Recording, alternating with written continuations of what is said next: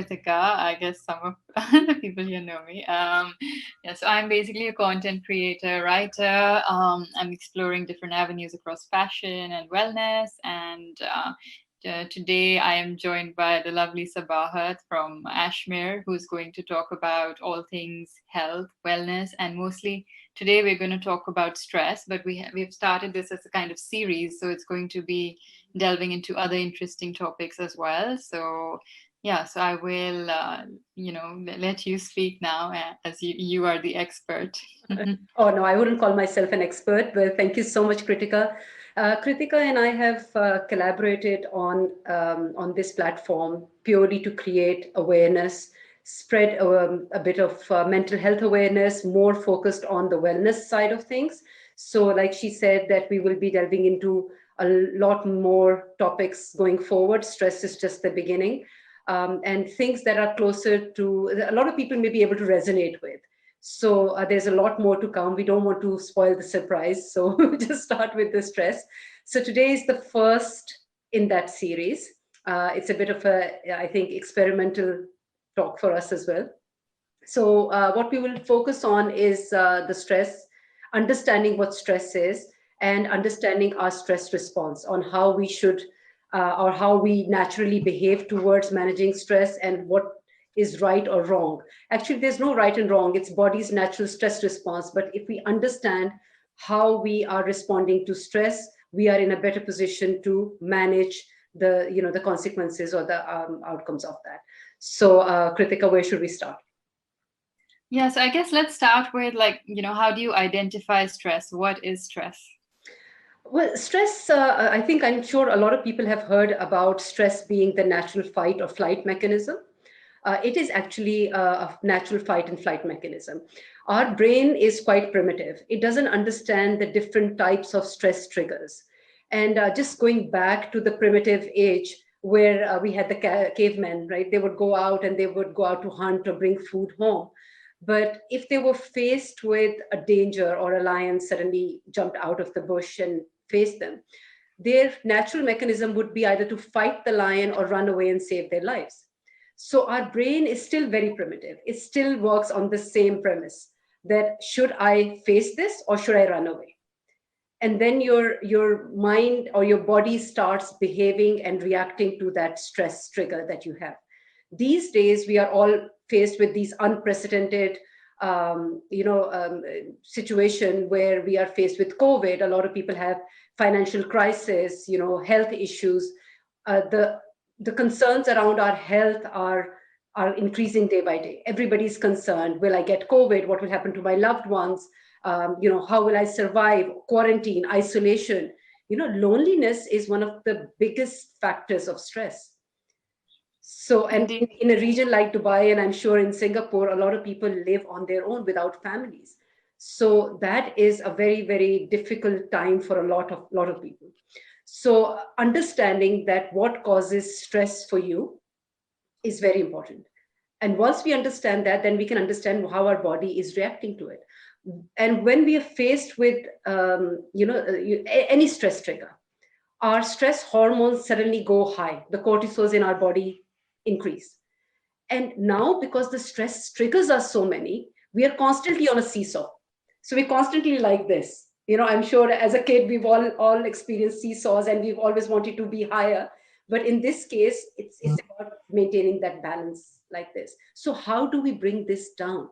If we don't bring this down, it can end up in psychosomatic conditions. It can end up in palpitations or breathlessness or sweating, panic attacks, anxiety attacks. There's so many things that we see. And if you don't deal with them, then the consequences are even more serious. So it's important to understand that what is it that you are experiencing, understand the signs and understand that what is triggering that. And that is the key. Once you've done that, then you know how to manage it. Yeah, but I guess for everyone, it's quite hard to, sometimes people get so overwhelmed, they don't really know what is bothering them. So how do you deal with that? See, when I think awareness is the key, being aware, right? Understanding your body, listen to your body. When your body tells you that it's time to sleep, we say, oh, no, no, no, we are energetic. We've got so much to do. There's this long list of things that we have to do. And we keep going and we keep doing them. Right? So if your body is telling you to rest, then step back, take a rest, listen to your body, your gut. How many of us get butterflies in the stomach when we're anxious? I do. The moment I'm stressed, I start getting these cramps and butterflies in my stomach. And I know that I have to take a step back, take a breath, and reevaluate, or go back into that with a calmer state of mind. So these are just some of the triggers. People sometimes may experience anxiety attacks. They feel like they're having a heart attack. It's like palpitations, rapid heartbeat, and they don't know what's happening to them, and they end up in the hospital, and the doctor gives them medication or antidepressants, and they start taking it. So it becomes a vicious cycle. One thing after the other leads to all of that. In terms of understanding that, your lifestyle, your lifestyle matters so much. So if you're not sleeping well, your body may get used to it after a while, but it will start impacting your physical health in some shape and form. So it's important to recognize those signs. Yeah, definitely. I guess everyone is so overstimulated with being at work all the time, especially with COVID. Everyone is working from home, and there's a lot of pressure to put in more hours than normal. So Absolutely. how do you kind of recognize when you need to set a boundary or take a break to kind of feel better, or just to, because I feel like a lot of people just push through work because they know that jobs are scarce at the moment, and if they don't do it, someone else will do it. So how do you kind of Absolutely. Yeah. balance that off? That is such a good point, Kritika. Such a good point. We are all adjusting to the new normal. Everybody is getting used to that. Even I'm a kind of person. I'm a very face-to-face person, and in my role, it's always been face-to-face interventions. So when the lockdown happened and we had to switch to home working, even turning on my camera was a big thing for me. Am I looking good, and is my hair sticking out, do I have makeup on? That facing the camera is not such an easy thing to do, but we are all adjusting to it. A little bit of stress is good. If you have a little bit of stress and you have those stress chemicals working for you, your hormones are at a level where that is motivational. So you're running a marathon, or you're completing, you're reaching a deadline and you're completing your project by that deadline, or you're doing whatever your boss wants you to do, or if you're achieving something by using that level of stress, then it's good. So it's good to have a little bit of stress in life because that's motivational. But too much or too frequent is when the issue starts. So if you're constantly working late nights, your body will burn out. You will get exhausted at some point, and then what do? It's too late by then. So now, going back to what you said, taking regular breaks. Working from home doesn't mean that you're working 9 or 10 hours continuously and you're not allowed to get up, right? A lot of us have these watches now. They give us indications on this is the time to move around. You've been sitting idle for an hour, now get up and do some stretches. Do some stretches. Go around, take a round of your home, make a cup of coffee, or coffee maybe not so much, but anything else. You just take a break, take a breather, do a few breathing techniques, come back, and then start working again. you know it's just about spacing it out, spacing yourself out, so you can work from home properly. Working from home is by no means easy, but it's the same as working from an office. The only difference is that you're probably interacting with people through these virtual mediums rather than one-to-one interventions, which for some people is actually not a very pleasant experience, or not something that they want. But that's the need of the time. We're all adjusting.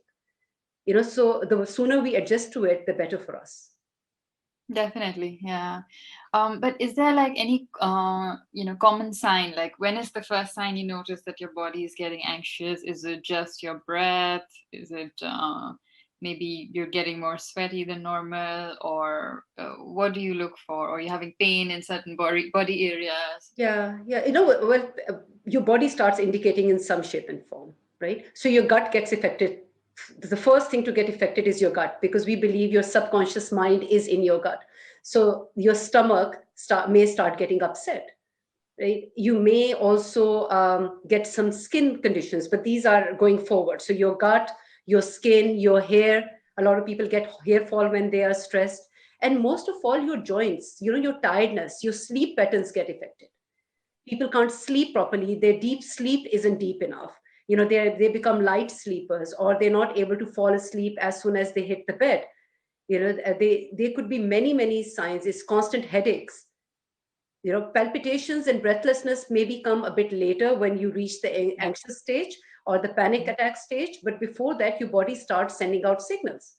Starting with the gut, moving on to other systems in the body, there are signs.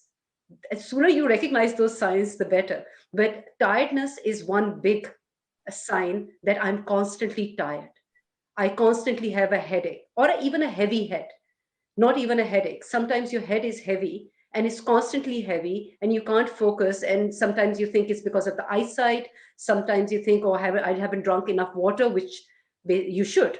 So the more water you drink, the more you are able to manage this stress span for a bit longer. So keep yourself hydrated.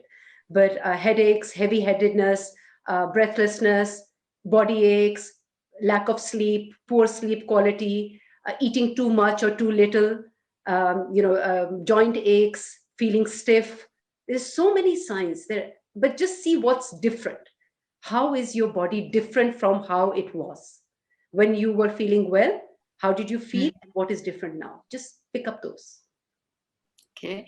And what about, I've been talking to a lot of friends and they've been mentioning that now, because I guess COVID has caused a lot of uncertainty and somehow it kind of, puts a little bit of stress into your mind. Mhm. So what has happened is that a lot of people complain that they're not able to focus or work for longer hours, whereas maybe ages ago they could just work for long stretches of time without any problems, whereas now the focus and the attention span has kind of really shrunk. So Yeah. how do you deal with that? Is that also because of stress or? Of course, it's stress, and again, your body is adjusting to the new way of doing things.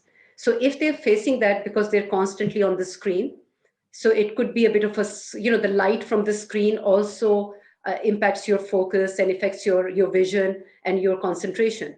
As humans, we have a very small concentration span, right? So taking regular breaks is very, very important. So the moment you start losing focus, pick up, get up, get yourself away from the screen, breathe.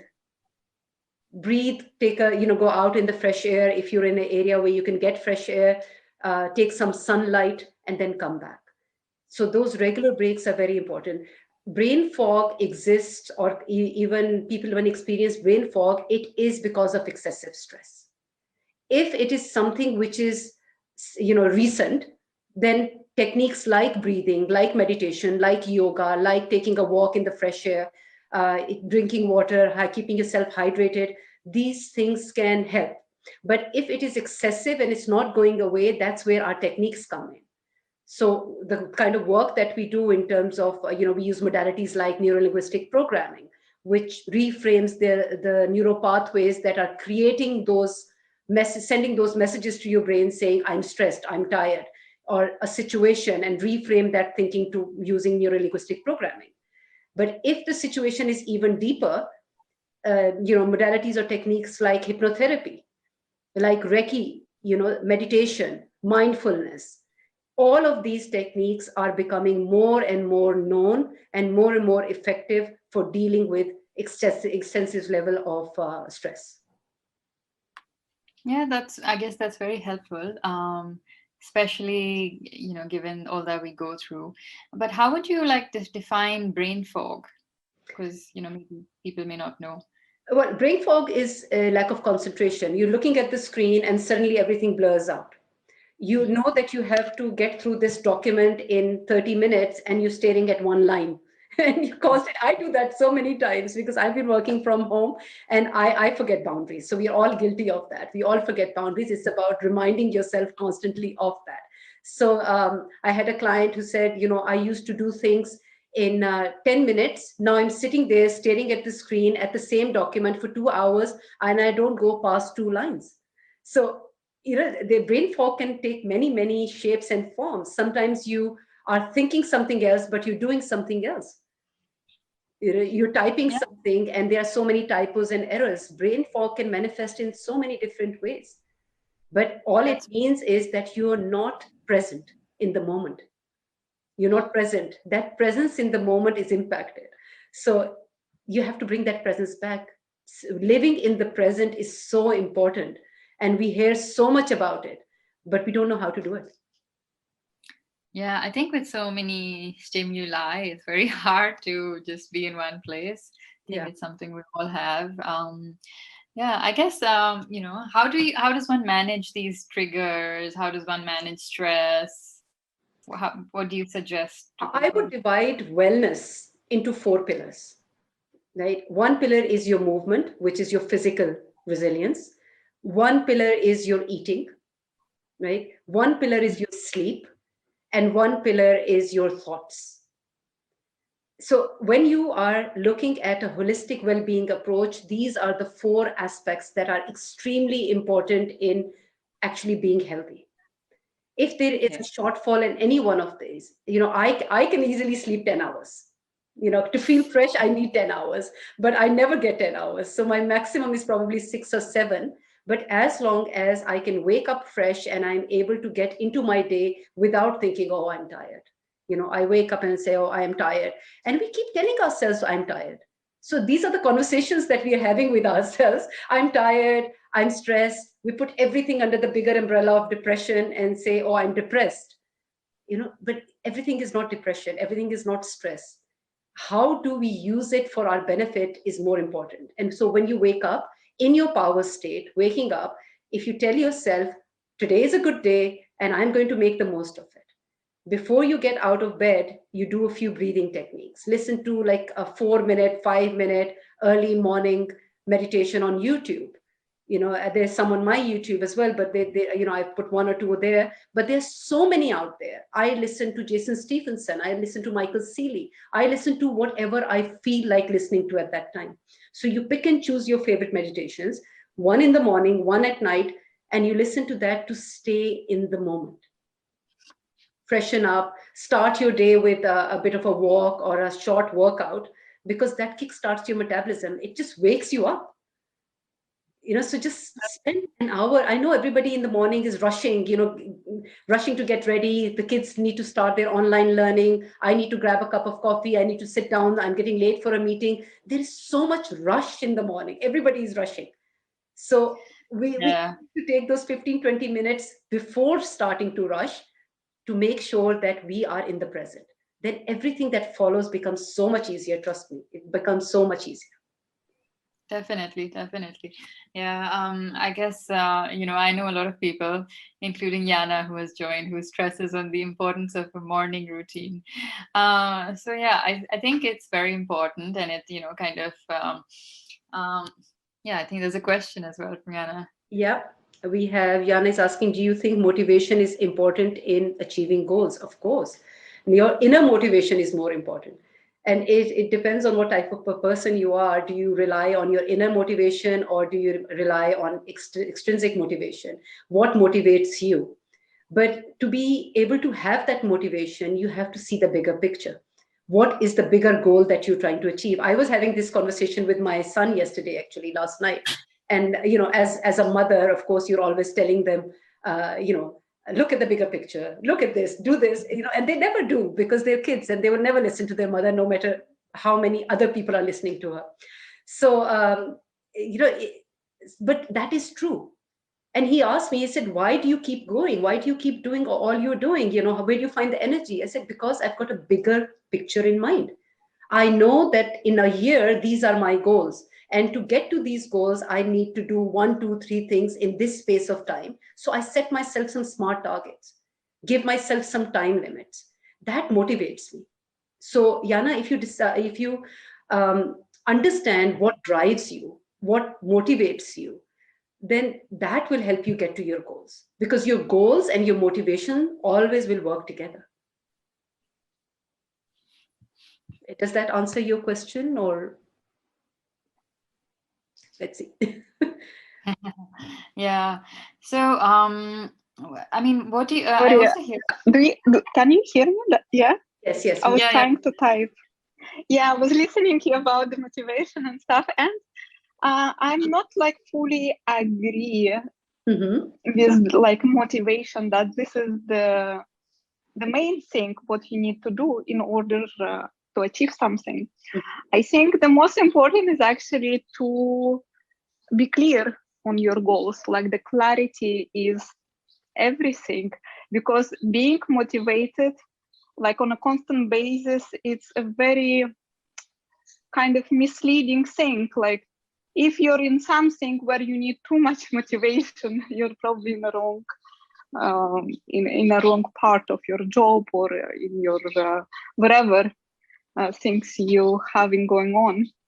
So I don't know. I don't think one should be really motivated. I think one should find a clarity rather than constantly seeking for a motivation, somebody who kick your butt or something like that. I agree with you totally. That's what I think I said, that it's about setting smart goals for yourself. Once you have the goal, see, motivation, I don't know how would you define motivation? Motivation for me is something that is a driving force, something that helps me achieve the goals that I have set for myself, or if you have set for yourself. So once you have the bigger picture in mind, once you have the goal in Oh, mind, you can see what your driving force is. You may be motivated by your goals. You may be motivated mm. by appreciation. You may be motivated by giving, getting clear instructions on what to do and how to do it. Or you may be motivated by being able to explore and find your own. But we were like discussing about like fogginess of the mind. So Mhm. like sometimes we get like foggy, and sometimes we get ourselves into something where you cannot really push yourself, and you constantly seeking motivation, either it's like coaches or some special programs or YouTube videos, whatever. Mhm. But I think you should look at the things what you're doing rather than keep seeking motivation, because if you kind of doing the right thing, what drives you, that's the energy, that's from where you get the energy, not from the outside, like, but from within. I totally agree with you. See, motivation for me or for anybody, I would suppose, is comes from two perspectives. One is inner, one is outer, right? So everything that you're doing on the outside is a conscious effort that you're making to motivate yourself, but sometimes your motivation comes from within yourself. So that's where your subconscious gets involved. So your Hmm. subconscious will register everything and all the experiences that you've had over time, so even the things that you have forgotten, and it will drive the behaviors in a certain manner to protect you from something. So it's your friend. Your subconscious is your Yeah, friend. So it will is yeah. driving lack of motivation because it is protecting you from something. So, Hmm. but you can, once you know that this is the goal you want to achieve and you want to drive that motivation right from the inside, then we need to identify what is stopping it. Tell your subconscious to unlearn those behaviors and relearn the Hmm. motivational behaviors that will help you achieve your goal. So it's not Yeah, intrinsic. just like setting a routine. I mean, like in order to achieve anything, you need the right routine, Yes, not like constant stopping you like from having that seeking routine. from someone. Now, let's say, taking your question, that Yeah, what is stopping you from building that routine? You can't pinpoint what is stopping you, right? So if you cannot pinpoint it, that it's coming from yourself, from within you, from your mm-hmm. emotional health. So that is Yeah, what your subconscious is driving. It's not mm-hmm. letting you be motivated to Mm-hmm. good routine. Mm-hmm. That's where hypnotherapy and NLP and the complementary alternative medicine therapies come in to help you Yeah, go a bit deeper into your subconscious and understand yeah, right. what is blocking that success, what is Yeah, blocking that motivation. yeah. Sorry for jumping in your conversation. I don't know if it was appropriate. That's Just Definitely like appropriate. Yeah. sorry. Okay, you continue. I will. Yeah, I will be listening here. Thank you, Yana. Thank you so much. Yeah, thank you. Yeah. That, So that, I guess, sorry. that was a good question. I think it was important to understand that if that is what is causing stress or impacting the state of mind, then it's really important, because people get demotivated by not being able to achieve their goals. That is an additional stress. But there Yeah. could be bigger reasons, there could be deeper reasons that are stopping them from doing it. Yeah, and I think everyone has their own way of managing. Like, I can give my example. When I have no clarity in goals, I will just try everything, and then eventually something sticks, and then it works out. And I kind of go that way. But I guess everyone has. It's a trial and error. It's trial and Yeah, error. When we're doing it, there is no right and wrong. What can motivate me or manage my stress may not work for you. It's very yeah, individualized, it's very personal. We are all mm, dictated by our experiences. We are all dictated by what we have learned over the years. What we see on the surface is just what 10%, the iceberg theory. So it's only the 10% of who we are. There is so yeah, much more under beneath that, which is our belief system, which is the values that we've carried, which is the knowledge, experiences, everything that we've brought in with us. So that defines our behaviors. So yeah. we have to understand that what works for us. And yes, it is sometimes trial and error, but once we find it, then we're good to go. Yeah, definitely. And I think we're also unique, like you said, that, the technique from your perspective would be different for different people. Like, so I guess you take some time to understand them and customize the appropriate, technique for them. I get And clients from so many different challenges that they are facing. They may come up with with different symptoms. Somebody says, I have fear of XYZ. Somebody says, I have I get palpitations. Somebody says, I can't focus, I need to work on my time management. But ultimately it all comes down to emotional health. It all comes down to how your state of mind is, and how is it synchronized with everything else that you're consciously doing. yeah, agreed. I guess just to summarize how to cope with stress, what would be your five, things to do in your day to kind of just improve your chances of being less to cope with stress? Yes. Well, first of all, planning. You must plan your day, right? Your wake up times, your sleep times, what are you going to eat? How much time are you going to spend in front of the screen? What is your work time? When are you going to take your breaks? I am really bad at that. And I started consciously practicing this about a month ago. And I can give you from personal experience, it has worked so well. I don't have to think about, okay, I haven't cooked anything and, order junk and eat that. I know that there is something prepared, or this is what I had planned to eat. So I prepare in advance. So that proactive planning and organizing your routine is my first step. The second is introducing some kind of physical activity in your routine, because that helps to generate and the serotonin in your body in a very natural way. So it's a natural way to produce serotonin if you are, if you're exercising and releasing those toxins and being out in the fresh air even. So that is the second thing. Sleep times, sleeping, taking good sleep, keeping yourself hydrated, right? And breathing. I cannot emphasize the importance of breathing. We breathe, of course, we are all breathing, but we forget how to breathe properly. Breathing in through your nose or breathing out through your mouth and holding for a few seconds. Everybody has a different way to breathe.